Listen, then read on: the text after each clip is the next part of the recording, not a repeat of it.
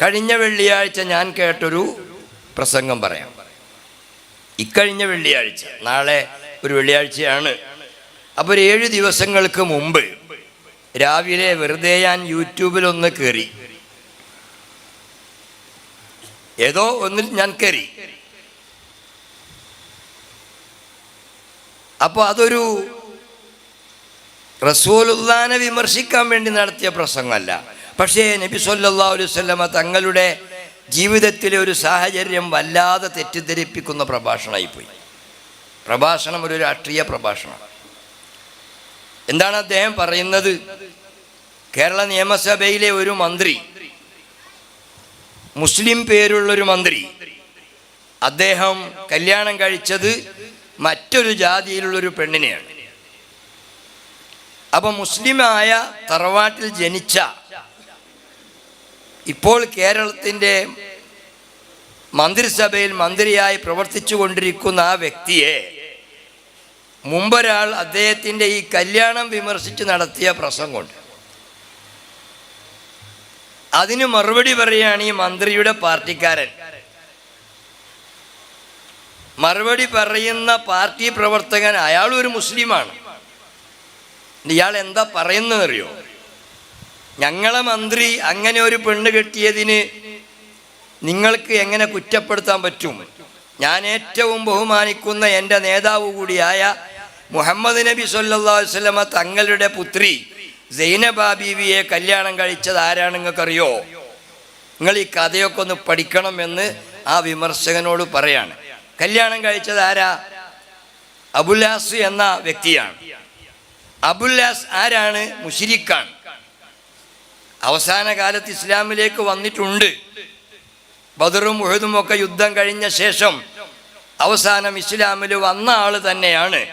പക്ഷേ ഈ കല്യാണം നടക്കുമ്പോഴും അവർക്ക് മക്കളുണ്ടാകുമ്പോഴും കുടുംബമായി ജീവിക്കുകയും ഒക്കെ ചെയ്യുന്ന കാലത്ത് മുഹമ്മദ് നബി കെട്ടിച്ചു കൊടുത്തത് സ്വന്തം മകളായ സൈനബയെ മുശ്രിക്കായ അബുല്ലാസിനല്ലേ? ഈ ചരിത്രം പോലും പഠിക്കാതെ എന്തിന് ഞങ്ങളുടെ മന്ത്രി കല്യാണം കഴിച്ചതിനെ നിങ്ങൾ കുറ്റപ്പെടുത്തുന്നു?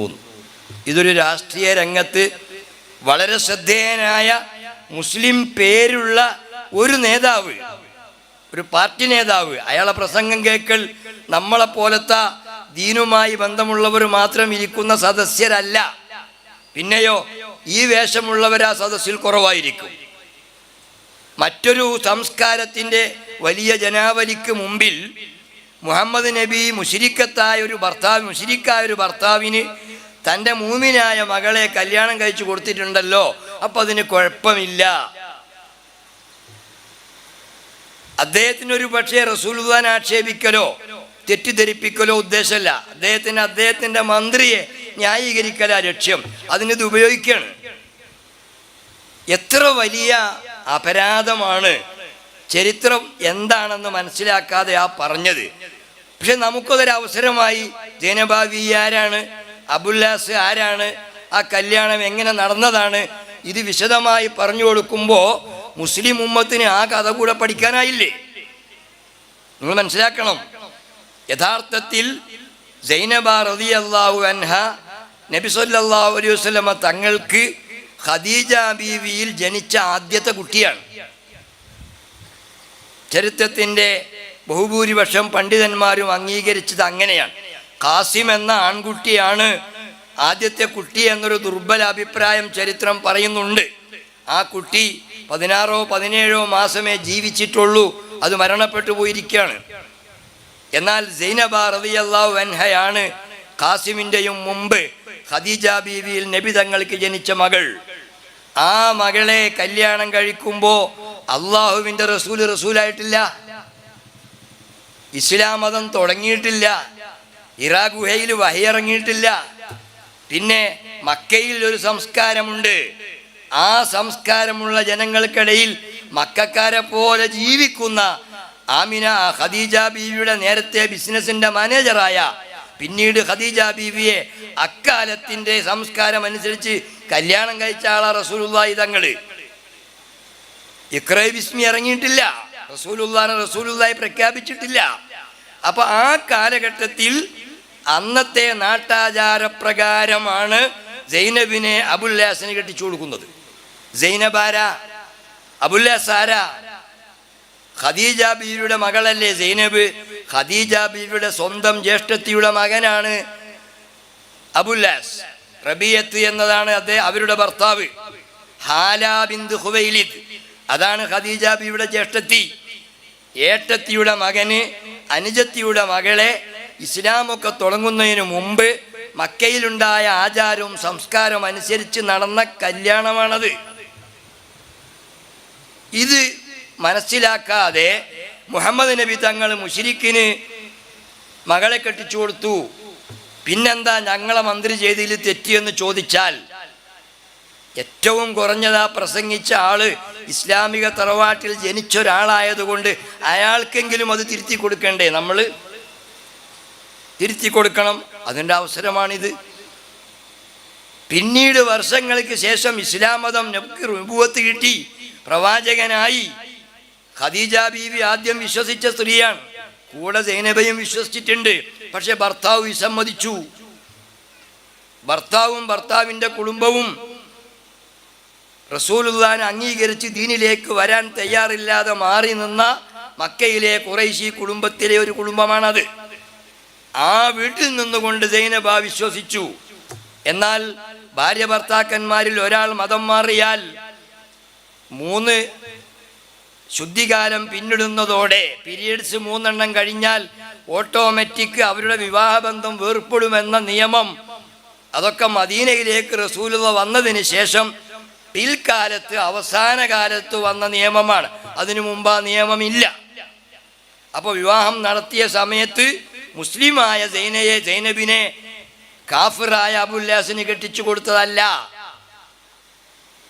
സൈനബ റളിയല്ലാഹു അൻഹ ആ വീട്ടിൽ തന്നെ ഇസ്ലാം ആയതിൻ്റെ പേരിൽ ഉപ്പയുടെ കൂടെ കുടുംബത്തിലേക്ക് ദീൻ സംരക്ഷണത്തിന് വേണ്ടി വരാൻ പലപ്പോഴും ശ്രമിച്ചപ്പോൾ കണ്ണൂരിലെ ഹാദിയയെ വീട്ടുതടങ്കലിൽ വെച്ച പോലെ ആ കുടുംബം അവരുടെ മരുമകളെ, സ്വന്തം ഭാര്യയെ എങ്ങോട്ടും ബന്ധപ്പെടാൻ അനുവദിക്കാതെ വീട്ടുതടങ്കലിൽ വെച്ചിരിക്കുകയായിരുന്നു. റസൂലുള്ളാഹി തങ്ങൾ മദീനയിലേക്ക് ഹിജ്റ പോയപ്പോൾ കൂടെ പോകാൻ ശ്രമം നടത്തി, പക്ഷേ അനുവദിച്ചില്ല. വീട്ടുതടങ്കലിലാണ്. ഒരു ദിവസം തടങ്കലിൽ നിന്നൊക്കെ എങ്ങനെയോ കണ്ണു വെട്ടിച്ച് രക്ഷപ്പെട്ട് ഒട്ടകം സംഘടിപ്പിച്ച് സൈനബ റളിയല്ലാഹു അൻഹ തൻ്റെ ഉപ്പയുടെ അടുത്തേക്ക് തൻ്റെ വിശ്വാസവും കൊണ്ട് രക്ഷപ്പെടാൻ ശ്രമം നടത്തി. ഒട്ടകപ്പുറത്ത് കയറി യാത്ര ചെയ്തു. പക്ഷേ വഴിയിൽ നിന്നും കണ്ട ഏതോ മെസ്സഞ്ചർമാർ റബിയത്തിൻ്റെ കുടുംബത്തിന് വിവരമറിയിച്ചതുകൊണ്ട് അവരുടെ ആളുകൾ ചെന്ന് വഴിയിൽ വെച്ച് ഒട്ടകപ്പുറത്തു നിന്നും കുന്തം കൊണ്ട് കുത്തി താഴെയിട്ടു. എന്നിട്ടോ ഗർഭിണിയായിരുന്ന സൈനബ റളിയല്ലാഹു അൻഹ ആ വീഴ്ചയോടെ ആ ഗർഭം വരെ അലസിപ്പോയി. എന്നിട്ട് പിടിച്ചു കൊണ്ടുപോയി അതേ വീട്ടിൽ തന്നെ വീണ്ടും തടങ്കലാക്കിയിരിക്കുകയായിരുന്നു. ഈ കഥകളൊക്കെ മൂടി വെച്ചുകൊണ്ട് മുഹമ്മദ് നബി മകളെ കാഫിറിന് കെട്ടിച്ചു കൊടുത്തു എന്ന് ഇസ്ലാമിക തറവാട്ടിൽ ജനിച്ച ഒരാൾ മന്ത്രിയെ ന്യായീകരിക്കാൻ പറഞ്ഞത്, ഇത്രയും ചരിത്രം നിങ്ങൾക്ക് പറഞ്ഞു തരാൻ അവസരമായി. ഞാൻ അങ്ങനെ കാണുന്നുള്ളൂ. അതുകൊണ്ട് എന്ന പരാമർശം ഇവിടെ ഓതുകയുണ്ടായി. തങ്ങളെക്കുറിച്ചുള്ള പറച്ചിൽ ഏറ്റവും ഉയർന്ന കാര്യമാണ്. അത് ലോകത്ത് ആരൊക്കെ എന്തൊക്കെ പ്രചരിപ്പിച്ചാലും ഹബീബുൽ വറ മുഹമ്മദുർ റസൂലുള്ളാഹി സ്വല്ലല്ലാഹു അലൈഹി വസല്ലമ തങ്ങൾ ഉയർന്നു തന്നെ നിൽക്കുമെന്നാണ് അല്ലാഹു ആ പറഞ്ഞതിൻ്റെ അർത്ഥം. ഏതൊക്കെ വീഴ്ചകളാണെന്ന് തോന്നുന്ന കാര്യങ്ങൾ കുറ്റം പറയാൻ വേണ്ടി എവിടെ വെച്ച് കണ്ടുപിടിച്ചാലും ആ സാഹചര്യത്തിൻ്റെ ശരിയായ ഭാഗം എങ്ങനെയെന്ന് ഉമ്മത്തിന് മനസ്സിലാക്കി കൊടുക്കാൻ ഒരവസരമായി മാറുന്നു എന്നതിനപ്പുറം അള്ളാഹു നിശ്ചയിച്ച ദീനും അള്ളാഹു നിയോഗിച്ച റസൂലും അവിടെ ഒരു കുറ്റം കണ്ടെത്താൻ ഈ ഈനാമ്പേച്ചികളായ മനുഷ്യ സമൂഹത്തിന് ഒരിക്കലും സാധ്യമല്ല. അതൊരു വസ്തുതയാണ്. ഇത് മനസ്സിലാക്കിക്കൊണ്ടാണ് ഹബീബായ റസൂലുള്ളാഹിനെ സ്നേഹിക്കുന്ന ഇത്തരം പരാമർശങ്ങളും അനുബന്ധ പ്രവർത്തനങ്ങളുമൊക്കെ നടത്തിക്കൊണ്ടിരിക്കുന്നത്. ഞാൻ അധിക പ്രസംഗം നടത്തുകയല്ല. അല്ലാഹു സുബ്ഹാനഹു വ തആല നമ്മുടെ മക്കൾ നടത്തുന്ന ഈ സംഭവം അവരെ നമ്മെ എല്ലാവരെയും സന്തോഷിപ്പിക്കുന്ന വിധത്തിൽ ഗംഭീരമായി വിജയിച്ച സന്തോഷത്തിൻ്റെ ഒരു വേദിയാക്കി അല്ലാഹു നമുക്ക് നൽകട്ടെ. നബി സല്ലല്ലാഹു അലൈഹി വസല്ലമ തങ്ങൾ ലോകത്ത് തുല്യതയില്ലാത്ത വ്യക്തിത്വത്തിൻ്റെ ഉടമയാണ്. തങ്ങളെപ്പോലെ ഒരു വിശേഷണങ്ങളിലും തങ്ങളോളം എത്തിയ മറ്റൊരു വ്യക്തിയെ ലോകത്തിന്നേ വരെ സമർപ്പിക്കാൻ സാധിച്ചിട്ടില്ല. അങ്ങനെ ആരും വാദിച്ചിട്ടുമില്ല. മുഹമ്മദ് നബി സല്ലല്ലാഹു അലൈഹി വസല്ലമ തങ്ങൾക്ക് മേലെയാണ് ഇന്ന വ്യക്തി ഇന്ന കാര്യത്തിൽ എന്നൊരാൾ ഇന്ന് വരെ പറഞ്ഞിട്ടില്ല. എല്ലാറ്റിലും മേലെ മുഹമ്മദ് നബി തങ്ങളാണെന്ന് മുസ്ലിം സമുദായത്തിലെ മുഴുവൻ പണ്ഡിതരും അവകാശപ്പെട്ടുകൊണ്ടിരിക്കുന്നതിനെ അങ്ങനെ നേർക്ക് നേരെ ആരും ചോദ്യം ചെയ്തിട്ടുമില്ല. അതിന് കാരണം ലോകത്തെ വലിയ വലിയ ബുദ്ധിജീവികൾ, ഉന്നത നിലവാരത്തിലുള്ള ശാസ്ത്ര ലോകത്ത് പ്രവർത്തിക്കുന്ന, ലോകത്തെ മുഴുവൻ കീഴടക്കിയ വലിയ വലിയ വിദ്യാസമ്പന്നരായ മഹത്തുക്കളായ ആളുകൾ, വ്യത്യസ്ത കാലങ്ങളിൽ ലോകത്തെ ഭരിച്ചുകൊണ്ടിരിക്കുന്ന ഭരണാധികാരികൾ, ഇവരൊക്കെ അംഗീകരിക്കുകയും സപ്പോർട്ട് ചെയ്യുകയും ചെയ്ത ഒരു വ്യക്തിത്വത്തിനെതിരിൽ ആരെങ്കിലും ഒറ്റപ്പെട്ട ശബ്ദങ്ങളിലൂടെ എന്തെങ്കിലും അപശബ്ദങ്ങൾ തൊടുത്തുവിട്ടാൽ അത് ലോകം ചെവിക്കൊള്ളുകയുമില്ല. പിന്നെ എത്രത്തോളം എന്ത് ലക്ഷ്യത്തിനും പറയപ്പെടുന്നോ ആ പറയപ്പെടുന്ന വിമർശനങ്ങൾക്കൊക്കെ നമുക്ക് കിട്ടുന്നൊരവസരം ഹബീബായ റസൂലുള്ളാഹി തങ്ങളെക്കുറിച്ച് പുതിയ പുതിയ പാഠങ്ങൾ സമൂഹത്തിന് പറഞ്ഞു കൊടുക്കാൻ അവസരമായി തീരുന്നു ആ വിമർശനങ്ങൾ.